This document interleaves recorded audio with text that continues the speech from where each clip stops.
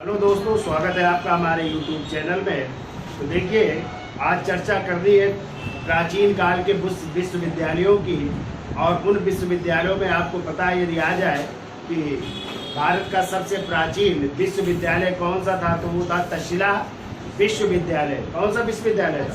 तक्षशिला विश्वविद्यालय। फिर जो है गुप्त काल में एक और विश्वविद्यालय स्थापित हुआ था, और वो था नालंदा विश्वविद्यालय, जिसकी स्थापना कुमार गुप्त महेंद्रादित्य ने की थी। और फिर इसके बाद जो है आप लोग पढ़ोगे विक्रम शिला विश्वविद्यालय, जिसकी स्थापना जो है किसने की थी?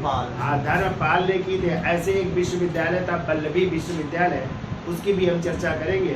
तो सबसे पहले हम प्राचीन विश्वविद्यालय की चर्चा कर लेते हैं, और वो कौन सा है? तक्षशिला विश्वविद्यालय। ठीक है, तो आपको पहले तो पता होना चाहिए तक्षशिला, जब 16 महाजनपद आप लोगों ने पढ़ा था, तो 16 महाजनपद में आप लोगों ने पढ़ा था कि तक्षशिला जो है कहाँ की राजधानी हुआ करती थी? पता है? तो तक्षशिला हुआ करती थी गांधार की राजधानी। किसकी राजधानी? गांधार की राजधानी क्या थी? तक्षशिला थी। और हमने आपको वहाँ पे पढ़ाया था कि तक्षशिला का ही दूसरा नाम जो है पुष्कलावती था। क्या नाम था? पुष्कलावती भी नाम था, और इसी का एक नाम एक और था, चरसद्दा भी नाम था। क्या नाम था? तो पीछे हम पढ़ा है। ठीक है, यानी गांधार की राजधानी क्या थी? तक्षशिला। और पिछली बार टीजीटी में आया था कि तक्षशिला का दूसरा नाम क्या था? तो तक्षशिला का दूसरा नाम पुष्कलावती या फिर चरसद्दा था। ठीक है, और आपको पता है ये नाम तक्षशिला कैसे पड़ा? तो आप लोगों ने दुष्यंत और शकुंतला का नाम सुना है? और दुष्यंत और शकुंतला के बेटे थे भरत। क्या नाम था? और भरत के ही बेटे थे तक्ष। कौन थे? तक्ष। और उन्हीं तक्ष के नाम पर जो है इसका नाम क्या पड़ा? तक्षशिला पड़ा। ठीक है, और इसी तक्षशिला में जो है प्राचीन विश्वविद्यालय स्थापित किया गया, जिसमें जो है किसने विद्या ग्रहण की? जिसमें कौटिल्य ने विद्या ग्रहण की, और प्राचीन काल के जो है कई जो है और जो है यहाँ पे विद्वानों ने शिक्षा ग्रहण की है। तभी हम चर्चा कर लेते। तो पहले तो जानिए तक्षशिला विश्वविद्यालय किन दो नदियों के बीच स्थित था। तो देखिए, सिंध एवं किस नदी के बीच? झेलम नदी के बीच स्थित था। सिंध एवं झेलम। तो देखिए, पहला पॉइंट लिखो, स्थिति। तक्षशिला विश्वविद्यालय की स्थिति की चर्चा कर लेते हैं। तो स्थिति में लिखो, वो सिंध एवं झेलम नदियों के बीच स्थित। सिंध एवं झेलम नदियों के बीच स्थित। सिंध एवं झेलम नदियों के बीच स्थित था।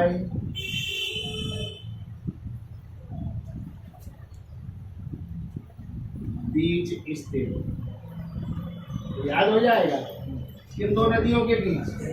सिंध एवं झेलम नदियों के बीच स्थित था। ठीक है, अब देखो तक्षशिला का उपनाम क्या था? तो लिखिए उपनाम इसका। तो तक्षशिला को किस उपनाम से जानते थे? तो इसे विद्या की रानी, इसे विद्या की रानी कहते थे। और दूसरा इसका नाम था, इसे राजकुमारों का कॉलेज कहते थे। किसका? राजकुमार यहाँ पे शिक्षा ग्रहण करते थे, तो राजकुमारों का कॉलेज भी कहते हैं।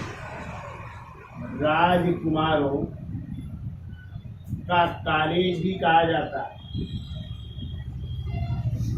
ठीक है, तो विद्या की रानी और राजकुमारों का कॉलेज कहा जाता है, ये उपनाम है। ठीक है, अब देखिए विशेष बात क्या है? तो विशेष में लिखिए, विशेष पहला पॉइंट लिखिए, यह जो है भारत का प्राचीनतम विश्वविद्यालय है।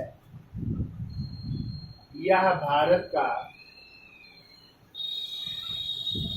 प्राचीनतम विश्वविद्यालय, सबसे प्राचीन विश्वविद्यालय है, प्राचीनतम विश्वविद्यालय है। लेकिन आज इसकी स्थिति कहाँ पे है? पाकिस्तान में। कहाँ पे है? आपको नष्ट हो गया, लेकिन पाकिस्तान में भी आपका क्या पड़ता है? तक्षशिला पड़ता है। ठीक है, गांधार पड़ता है।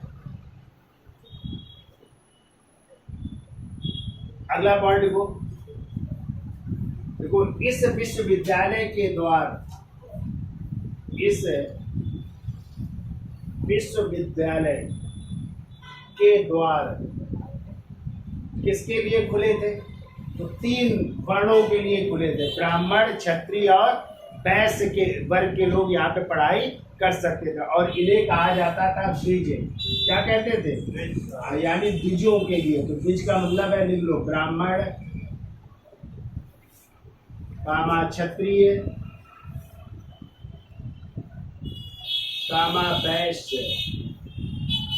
तो ब्राह्मण, क्षत्रिय, वैश्य के लिए खुले हुए थे। ब्राह्मण, क्षत्रिय, वैश्य के लिए खुले थे।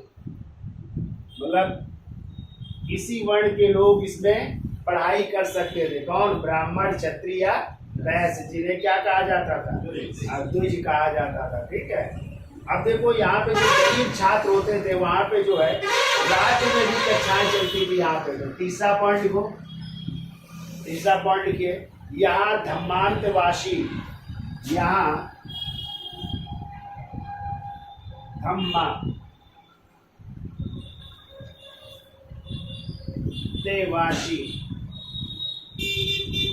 धम्मांतेवासी का मतलब होता है शुल्क मुक्त गरीब विद्यार्थी के लिए। शुल्क मुक्त गरीब विद्यार्थी के लिए, गरीब विद्यार्थी के लिए रात्रि में कक्षाएं लगती थी। रात्रि में कक्षाएं लगती थी। तो रात में भी गरीब जो बच्चे होते थे उनको रात में पढ़ाया जाता था। ठीक है।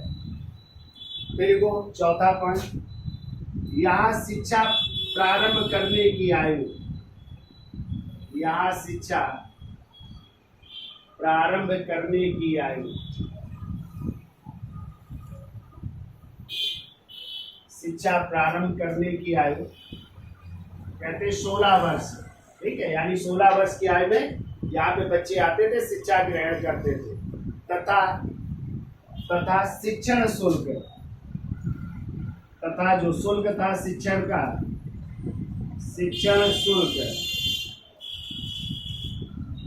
1000 कर सापण था। 1000 कर सापण था। तो आयु थी 16 वर्ष और शिक्षण शुल्क लगता था 1000 कर सापण। यहाँ पे जो है शिक्षण शुल्क था। ठीक है। देखो अगला पॉइंट, अश्वघोष का नाम सुना है?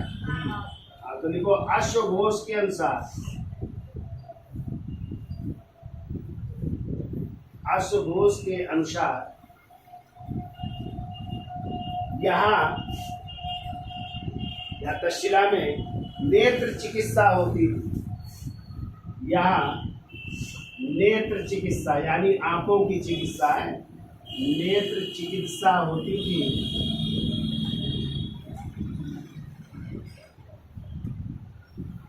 उस समय जो है आंखों के डॉक्टर हुआ करते थे। देखो जो नेत्र चिकित्सा किया करते थे। ठीक है।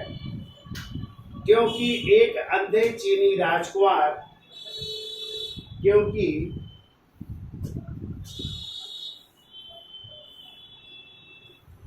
एक अंधे चीनी राजकुमार को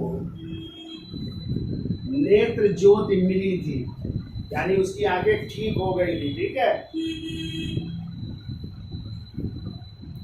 राजकुमार को आंखों की ज्योति मिली, आंखों की ज्योति मिली, यानी आंखें ठीक हो गई थी उसकी। ठीक है। फिर देखिए, देखो यहाँ वैदिक संहिता के साथ साथ, यहाँ वैदिक संहिता के साथ साथ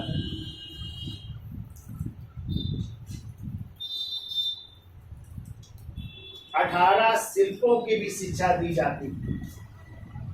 18 शिल्प, शिल्प मतलब अन्य उद्योग है, शिल्पों की भी शिक्षा दी जाती थी।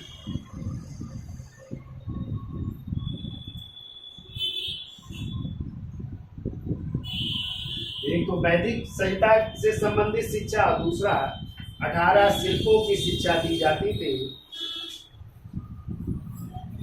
देखो धनुर्विद्या तथा, अगला पॉइंट देखो, धनुर्विद्या तथा, धनुर्विद्या की भी शिक्षा दी जाती थी और इसके लिए प्रसिद्ध था। धनुर्विद्या तथा वैद्यगिरी नहीं होता जिसे इस गांव में होते हैं वैद्य हैं, तो देखो धनुर्विद्या तथा वैदज या वैदिक, क्या कहेंगे वैदिक, वैद्य जी को क्या कहते हैं, वैदक है, वैद्य जी कह सकते हैं। तो देखो धनुर्विद्या तथा वैदक की शिक्षा के लिए ये पूरे विश्व में प्रसिद्ध था। वैदक की शिक्षा के लिए, शिक्षा के लिए यह पूरे विश्व में प्रसिद्ध था। विश्व में प्रसिद्ध था। तो धनुर्विद्या और वैदिकी के लिए, ठीक है, ये पूरे विश्व में प्रसिद्ध था। तो और यहाँ चिकित्सा शास्त्र की शिक्षा दी जाती थी, और यहाँ चिकित्सा शास्त्र की शिक्षा दी जाती थी।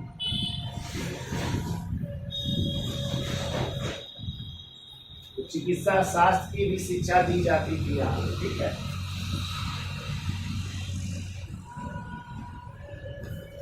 अगला पॉइंट को, यूनानी इतिहासकारों ने, यूनानी इतिहासकारों ने,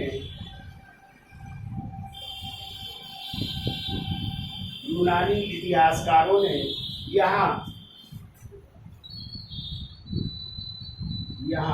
तो आपने देखा होगा उस समय सर्प विष की भी विद्या दी जाती थी, यानी यदि सांप काट लेते थे तो उसकी चिकित्सा की भी यहाँ पे शिक्षा दी जाती थी। और इसका उल्लेख किसने किया, यूनानी इतिहासकारों ने किया। तो देखो यूनानी इतिहासकारों ने यहाँ सर्प विष चिकित्सा की अत्यधिक प्रशंसा की है। सर्प विष चिकित्सा की अत्यधिक प्रशंसा की है, अत्यधिक प्रशंसा की है। तो सर्प विष या सांप काटने के बाद जो है उसके इलाज की भी विद्या दी जाती थी, ठीक है।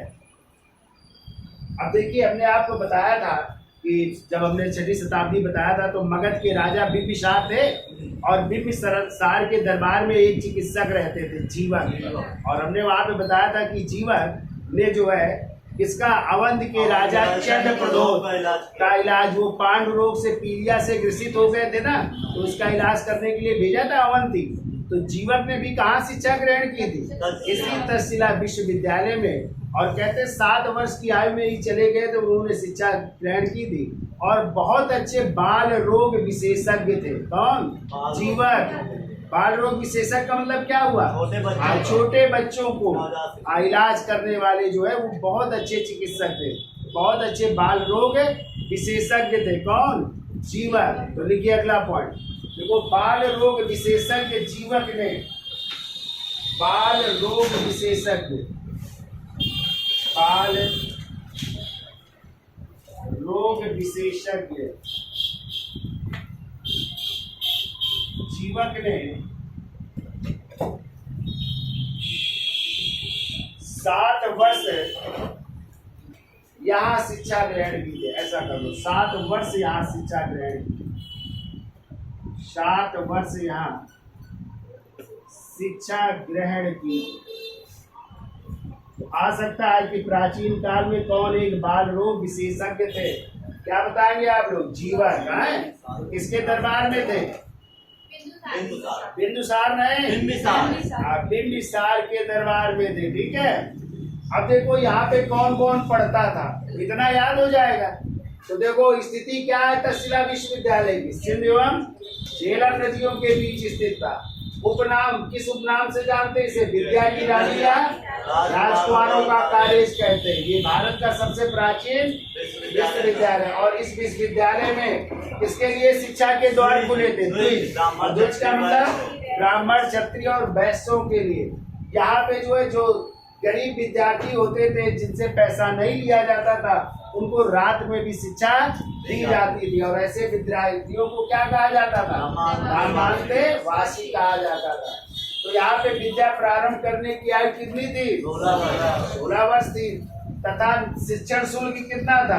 1000 करसापण होता था। करसापण चांदी का भी सिक्का था, कई धातुओं का होता था। ठीक है।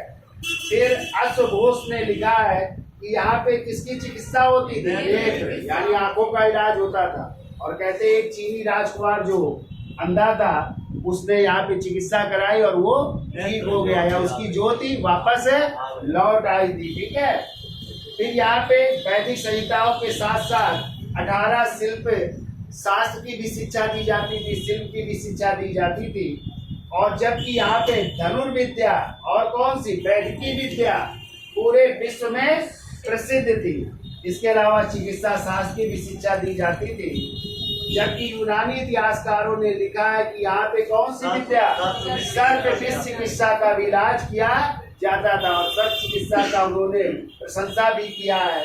और बाल रोग विशेषज्ञ जीवन ने यहाँ पर कितने वर्ष? 7 वर्ष तक यहाँ पे शिक्षा ग्रहण की थी। अब कौन कौन राजकुमार है जिन्होंने यहाँ पे शिक्षा ग्रहण की? तो आप लोगों ने पढ़ा होगा, कौशल के राजा प्रसन्नजित, काशी के राजा ब्रह्मदत्त, मगध का एक लड़का था, उसका नाम था अरि, तब उसने जो है शिक्षा ग्रहण की थी। तो कौन कौन राजकुमार है उनके बारे में देख लो है। तो देखिए, देखो यहाँ के अन्य प्रमुख विद्यार्थियों में, या यहाँ के प्रमुख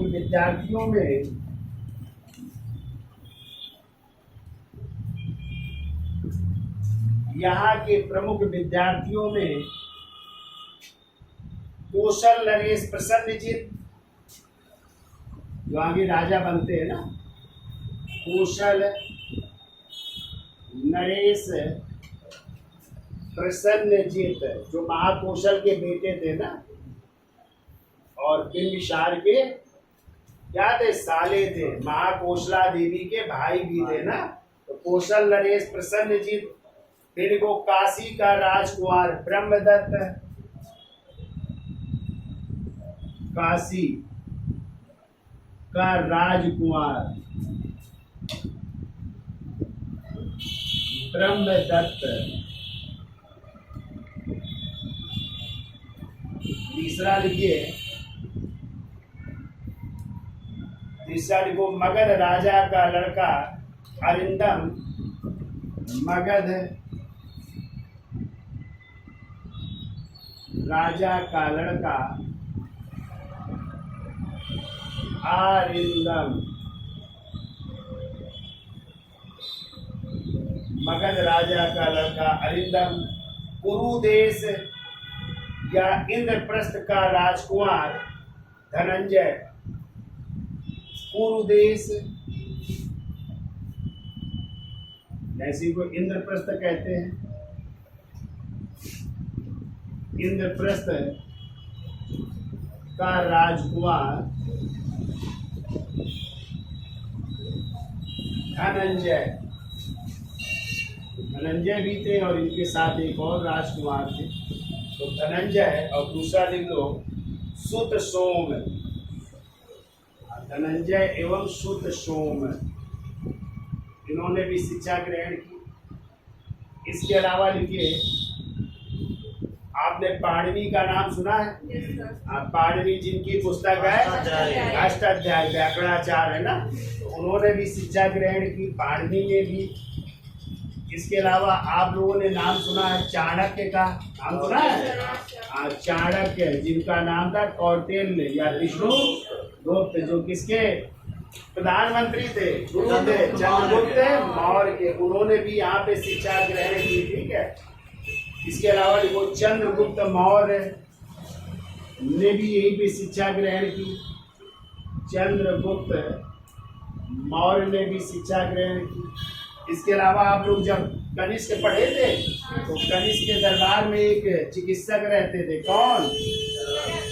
हाँ, चरक, जिन्होंने चरक संहिता लिखी थी। ठीक है, तो चरक ने भी यहीं पे शिक्षा ग्रहण की थी। चरक के अलावा जो है वसुबंधु ने भी यहीं पे शिक्षा ग्रहण की थी। वसुबंधु, इन्होंने भी शिक्षा यहाँ पे ग्रहण की थी। ठीक है, तो इन लोगों ने भी, जो राजकुमार थे, अच्छे अच्छे घरानों से थे, इन्होंने भी यहाँ पे शिक्षा ग्रहण की थी। फिर देखो, अब यहाँ पे आचार्य कौन कौन बना, यानी यहाँ पे शिक्षक के रूप में भी किसने कार्य, पहले पढ़े भी यहाँ पे और शिक्षक के रूप में भी कार्य किया। एक तो नाम लिखिए कौटिल्य, देखो कौटिल्य, यहाँ पे पहले पढ़ाई भी की और फिर यहाँ पे क्या बने, आचार्य भी बने। तो कौटिल्य, कामा, चरक, तो चरक ने भी शिक्षा ग्रहण की, भी आचार्य बनते हैं यहाँ पे। एवं पंचतंत्र के लेखक कौन है? विष्णु शर्मा। हाँ, तो पंचतंत्र के लेखक विष्णु शर्मा। विष्णु शर्मा यहाँ के प्रसिद्ध आचार्य बने, यहाँ के प्रसिद्ध आचार्य बने। संस्कृत में अध्यापकों को आचार्य जी कहते हैं ना, आचार्य जी बने, आचार्य बने ये लोग हैं। फिर को जो विद्यार्थी शुल्क देते थे, यानी जो पैसे दे करके पढ़ते थे, जो विद्यार्थी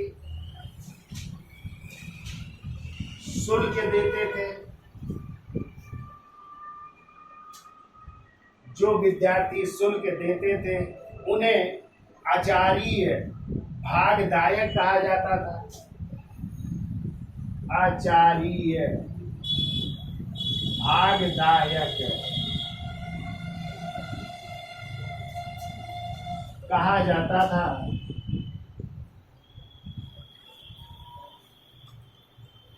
तो ये लोग जो है शुल्क दे करके शिक्षा ग्रहण करते थे। ठीक है, और इनकी शिक्षा दिन में होती थी, और इनकी शिक्षा दिन में होती थी।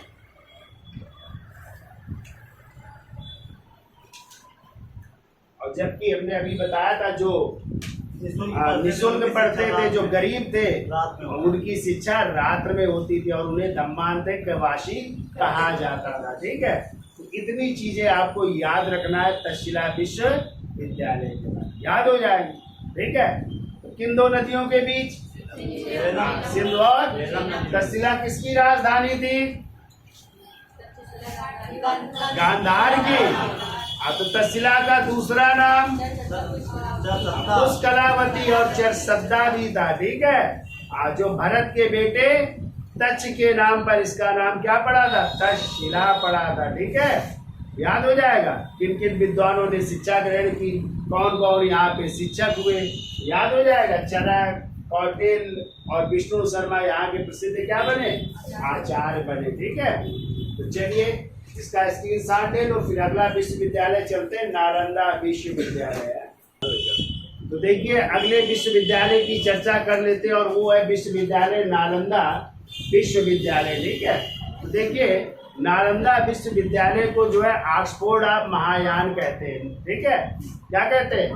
यानी दूसरा नाम पूछा जाए तो इसे ऑक्सफोर्ड ऑफ महायान, क्योंकि यहाँ पे महायान धर्म की, जो बौद्ध धर्म के दो भाग थे ना, हीनयान और महायान, तो महायान से संबंधित यहाँ पे शिक्षा दी जाती थी, तो इसे ऑक्सफोर्ड ऑफ महायान कहते हैं। और दूसरा नाम इसे काशी का प्रतिद्वंदी भी कहते हैं। किसका? काशी का प्रतिद्वंदी भी इसे कहा जाता है, ये भी आपको याद रखना है। ठीक है, और यदि आ जाए, ये आज कहाँ पे है? तो राजगृह में है, और आधुनिक बड़गांव एक गांव पड़ता है, तो बिहार में राजगृह में बड़गांव में इसकी जो है स्थिति है। ठीक है, और आपको पता है इस नालंदा विश्वविद्यालय के यदि पूछे जाए संस्थापक कौन थे, तो कुमार गुप्त महेंद्रादित्य हैं, जिनको ह्वेनसांग ने सक्रादित्य क्या कहा? ह्वेनसांग सक्रादित्य ने कहा, सक्रादित्य कहा है। और आपको याद होना चाहिए पिछली बार टीजीटी का क्वेश्चन है कि इस नालंदा विश्वविद्यालय का उत्खनन कार्य किसने करवाया था? बता सकते हैं किसने करवाया था इसका उत्खनन कार्य? हाँ, तो डॉक्टर स्पूनर महोदय ने किसका उत्खनन कार्य करवाया था। इसके अलावा उन्होंने पाटिल पुत्र का भी उत्खनन कार्य करवाया था। ठीक है, याद रहेगा। संस्थापक कौन? कुमारगुप्त महेंद्रादित्य, जिन्हें शक्रादित्य भी कहा जाता है। और यदि आ जाए इसके उत्खनन का कार्य किसने करवाया, तो किसने? डॉक्टर स्पूनर महोदय ने करवाया था। क्या क्या स्थिति थी तो आपको पता है, इस नालंदा विश्वविद्यालय में ह्वेनसांग ने भी शिक्षा ग्रहण की थी ना। ह्वेनसांग आया था चीनी यात्री हर्षवर्धन के शासनकाल में 629 में, तो उसने जो है यहाँ पे शिक्षा ग्रहण की थी। लगभग 6 वर्ष तक उसने शिक्षा ग्रहण की थी। और वो उसने लिखा भी है कि जब उसने शिक्षा ग्रहण की थी तो उस समय यहाँ के प्राचार्य कौन थे? शीलभद्र हुआ करते थे। कौन हुआ करते थे? ये सब आपको पीछे भी पढ़ चुके हैं, तो एक जगह लिख लेते, इसकी चर्चा कर लेते। तो हेडिंग डाल लो, नालंदा विश्वविद्यालय। अब इसको लिखो पहले तो अन्य नाम है, लिखिए अन्य नाम। पहला लिखिए नाम, इसे महायान का ऑक्सफोर्ड कहते हैं, या ऑक्सफोर्ड ऑफ महायान को लिखते हैं। Oxford of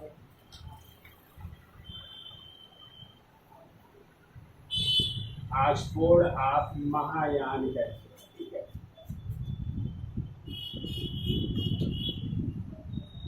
Oxford of Mahayana, या इसी को काशी का प्रतिद्वंदी। काशी की प्राचीन यहाँ पे वैदिक धर्म से संबंधित शिक्षा ग्रहण की जाती थी, तो ये काशी का प्रतिद्वंदी। जबकि नालंदा में बौद्ध धर्म से संबंधित शिक्षा होती थी, जिसे काशी का प्रतिद्वंदी भी कहते हैं। ठीक है, फिर वो स्थिति कहाँ पे स्थिति है इसकी? स्थिति लिखिए राजगृह। तो मगध की प्राचीन राजधानी गिरिब्रज के स्थान पर किसने राजगृह को बनाया था? तो बिंबिसार ने राजगृह को बनाया था। और फिर उदयन ने बना दिया था राजगृह से पाटिल पुत्र या पाटिल नाम को। तो राजगृह पहले मगध की राजधानी थी। तो राजगृह के आधुनिक बड़गांव में राजगृह के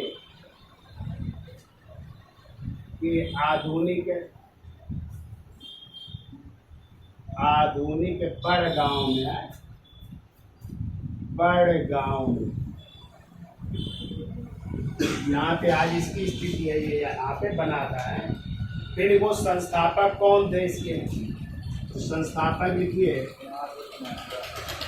संस्थापक थे कुमारगुप्त महेंद्रादित्य। कुमारगुप्त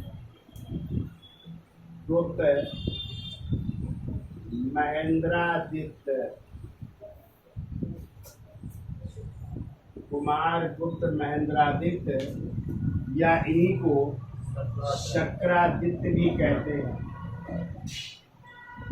और शक्रादित्य किसने कहा है? ह्वेनसांग ने कहा है। ह्वेनसांग ने कुमारगुप्त को शक्रादित्य कहा है। ठीक है, अब देखिए यहाँ के कुलपति कौन कौन थे, तो लिखिए कुलपति। हमने आपको बताया था जब ह्वेनसांग आया था तो उस समय कौन थे? शीलभद्र थे। तो लिखो शीलभद्र।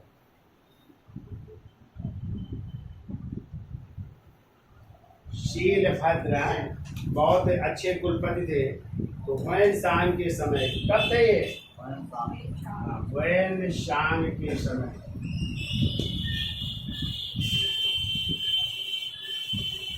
और कहते हैं जो शीलभद्र थे ये मत तट के निवासी थे। और मत तट कहते थे उस समय बंगाल। कहाँ के रहने वाले थे? बंगाल के निवासी थे शीलभद्र। ठीक है, ये भी आपसे पूछा जा सकता है कि कहाँ के रहने वाले थे। तो मत तट है, मत तट का मतलब है बंगाल के निवासी। ठीक है,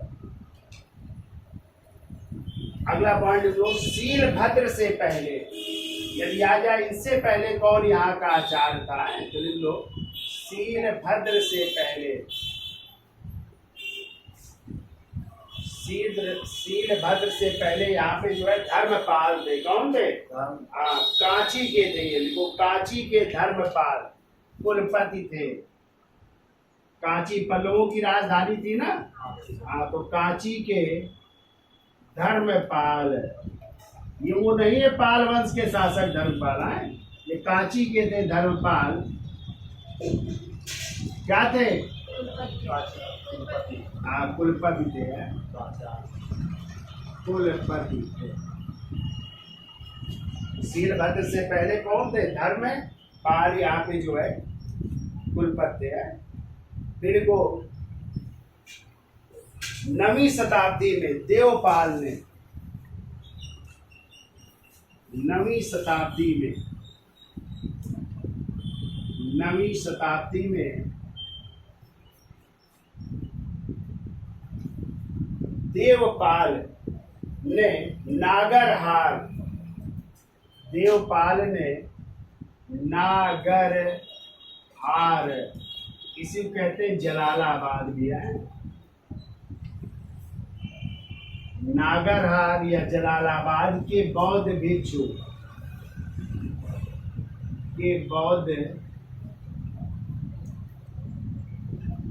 बौद्ध भिक्षु थे और उनका नाम था वीरदेव को। बौद्ध भिक्षु वीरदेव को नालंदा विश्वविद्यालय का कुलपति बनाया। नालंदा विश्वविद्यालय का कुलपति, तो 9वीं शताब्दी में ये कुलपति बने थे, जिनका नाम था क्या? वीर देव बने थे। और किसने बनाया था? देवपाल ने बनाया था। ठीक है। फिर को चंद्र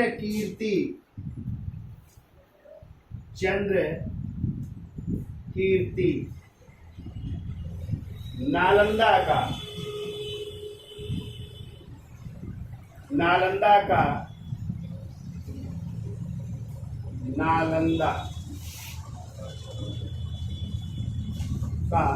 वह मठाध्यक्ष था। नालंदा का वह मठाध्यक्ष था, जिसने दक्षिण भारत जाकर अनेक विद्वानों को धार्मिक वाद विवाद में परास्त किया। जिसने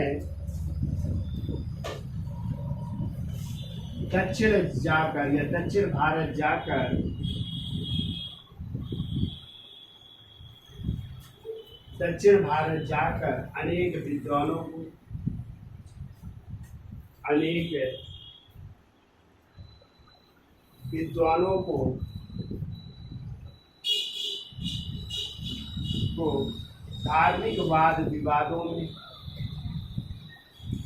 धार्मिक वाद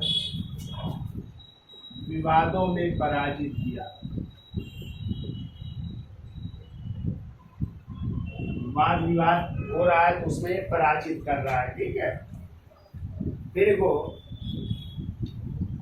चीनी यात्री इतसिंह बाद में आता है ना, तो देखो चीनी यात्री, और इंसान के बाद आया था चीनी यात्री, जिसका नाम था इतसिंह। तो देखिए चीनी यात्री इतसिंह के समय यहाँ के कुलपति,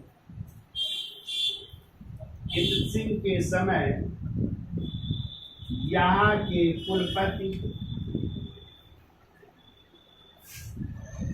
राहुल मित्र थे। इस समय राहुल मित्र हो गए थे।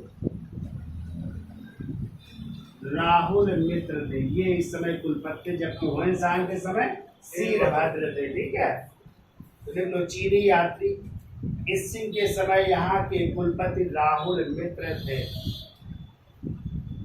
फिर को गुप्त शासक,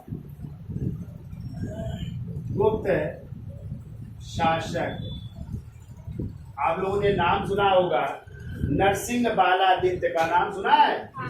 और यही नरसिंह बालादित्य थे जिन्होंने होड़ शासक किसको पराजित किया था? मीरपुर को पराजित किया था, लेकिन अपनी माँ के कहने पर उसको छोड़ दिया था। तो इसी गुप्त शासक नरसिंह बालादित्य ने, देखो नालंदा में, बालादित्य ने नालंदा में 80 फुट ऊंची, 80 फुट ऊंची बौद्ध प्रतिमा स्थापित करवाई थी। यानी गौतम बुद्ध की प्रतिमा, बौद्ध प्रतिमा स्थापित करवाई, नालंदा में स्थापित करवा रहा है। 80 फुट ऊंची बौद्ध प्रतिमा स्थापित करवा रहा है। ठीक है, इतनी चीजें याद हो जाएंगी। क्यों भाई? क्या याद हो जाएगा? अन्य नाम क्या है? आशोड़ा महायान, इसी को काशी का प्रतिद्वंदी कहते हैं। स्थिति कहाँ पे आज? राजगृह के आधुनिक बड़गांव में इसकी स्थिति है। कौन है संस्थापक नालंदा विश्वविद्यालय? कुमार गुप्त महेंद्रादित्य शंकरादित्य ने। और कहते हैं जब शीलभद्र आए, सॉरी जब हुएनसांग आया, उस समय कौन आचार्य था नालंदा? शीलभद्र, जो कहाँ के रहने वाले थे? बंगाल। और बंगाल का नाम ही मध्य के निवासी थे। ठीक है, और यदि आ जाए शीलभद्र से पहले यहाँ के कुलपति कौन थे? काशी के धर्मपाल थे। फिर हमने बताया 9वीं शताब्दी में देवपाल ने नागरहार या जलालाबाद के बौद्ध भिक्षु किसको? वीर देव को जो है नालंदा विश्वविद्यालय का कुलपति बनाया था। ये वीर है। फिर चंद्र कीर्ति नालंदा के वो मठाध्यक्ष थे। ये क्या थे? मठ के अध्यक्ष थे, जिसने दक्षिण भारत जाकर के अनेक विद्वानों को में पराजित किया। और कहते जब चीनी यात्री इसिंग आए तो उस समय यहाँ के कुलपति कौन थे? राहुल मित्र थे। और किसने जो है गौतम बुद्ध की 80 फुट ऊंची बौद्ध प्रतिमा का निर्माण नालंदा में करवाया? वो गुप्त शासक थे नरसिंह बाला। यहाँ तक याद हो जाएगा। अब इसके बाद आपको पता होना चाहिए इसी नालंदा विश्वविद्यालय को नष्ट करने का कार्य किया था किसने? मोहम्मद बिन बख्तियार खिलजी ने। उसने नालंदा विश्वविद्यालय और विक्रमशिला विश्वविद्यालय दोनों को जो है नष्ट कर दिया था ना। कब? 1203 ईस्वी के लगभग है। तो उसकी भी चर्चा कर लेते, तो इसका स्क्रीनशॉट ले लो, फिर आगे चलते। तो लिखिए अगला पॉइंट पे लिखो 12वीं शताब्दी में, 12वीं शताब्दी में उसे 1203 मिलता है। चलो लिख लो 12वीं शताब्दी में मोहम्मद बिन बख्तियार खिलजी, जो मोहम्मद गोरी का क्या था? सेनापति था। तो मोहम्मद बिन बख्तियार खिलजी, मोहम्मद बिन बख्तियार खिलजी ने नालंदा विश्वविद्यालय को क्या कर दिया? नष्ट कर दिया। बख्तियार खिलजी ने नालंदा विश्वविद्यालय को नष्ट कर दिया है। अब हमने आपको बताया था इस नालंदा विश्वविद्यालय का उत्खनन कार्य किसने कराया? डॉक्टर स्पूनर महोदय। और उन्होंने ही पाटलिपुत्र का भी उत्खनन कार्य करवाया था। दोनों को याद रखिएगा। तो देख लो अगला पॉइंट लिखो। देखो पाटलिपुत्र के उत्खनन करता, पाटलिपुत्र के उत्खनन करता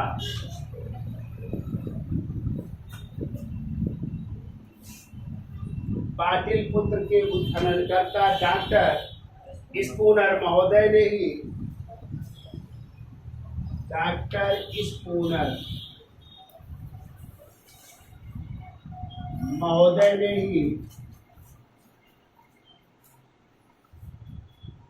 ही नालंदा विश्वविद्यालय का, नालंदा विश्वविद्यालय का उत्खनन कार्य कराया, उत्खनन कराया या उत्खनन कार्य कराया। तो उत्खनन कराया याद रहेंगे स्पूनर साहब है, याद रखिएगा, पिछली बार आया है यहाँ पे। अगला पॉइंट को हुएनसांग के अनुसार, कहते हैं ह्वेनसांग लिखता है कि जब मैं चीन में था तभी जो है शीलभद्र जी की क्या हो गई थी, मृत्यु हो चुकी थी। ठीक है, यानी जब ये यहाँ से कहाँ चला गया था, चीन चला गया था। कौन? ह्वेनसांग। तभी जो है किसकी, जो नालंदा विश्वविद्यालय के कुलपति थे, हाँ, तो उनके बारे में क्या लिखता है वो देखो। ह्वेनसांग के अनुसार जब शीलभद्र मरे तब मैं चीन में था। जब शीलभद्र मरे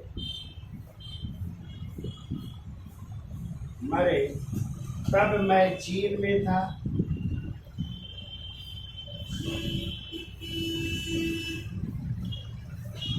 जब शीलभद्र मरे तब मैं चीन में था और उनकी मृत्यु की खबर सुनकर यही निकला। और उनकी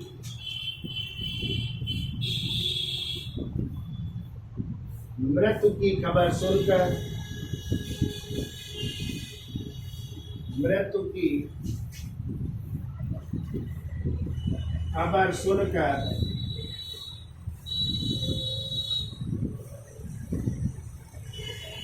यही निकला।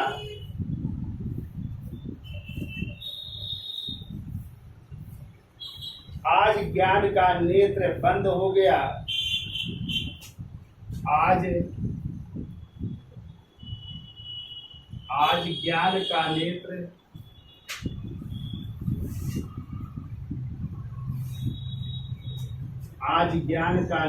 बंद हो गया। आज ज्ञान का नेत्र बंद हो गया।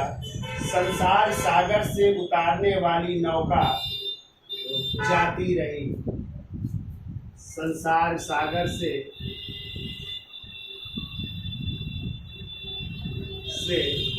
उतारने वाली नौका जाती रही। उतारने वाली नौका जाती रही। ये लिखा है किसने? ह्वेनसांग ने लिखा है शीलभद्र की मृत्यु के बाद। ठीक है, अगला पॉइंट लिखो। 670 ईस्वी में इत सिंह 670 ईस्वी में इत सिंह नालंदा गया। इत सिंह नालंदा गया और 10 वर्ष तक वहां रहकर और 10 वर्ष तक वहां रहकर और 10 वर्ष तक वहां रहकर 400 संस्कृत ग्रंथों की प्रतिलिपियां तैयार की। 400 संस्कृत ग्रंथों